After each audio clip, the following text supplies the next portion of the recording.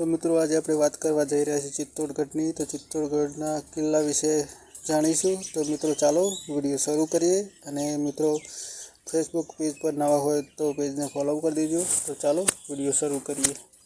ચિત્તોડગઢના ચિત્તોડ અથવા ચિત્તોડગઢ એ પશ્ચિમ ભારતના રાજસ્થાન રાજ્યમાં એક શહેર અને નગરપાલિકા છે। તે બનાસ નદીની ઉપનદી બેરાજ નદી પર આવેલું છે અને ચિત્તોડગઢ જિલ્લાનો વડું મથક છે અને મેવાડના સિસોદિયા રાજપૂતના રાજવંશી ભૂતપૂર્વ રાજધાની છે। તે ચિત્તોડગઢ ગિરી અને બેરાજ નદીના કાંઠે સ્થિત છે।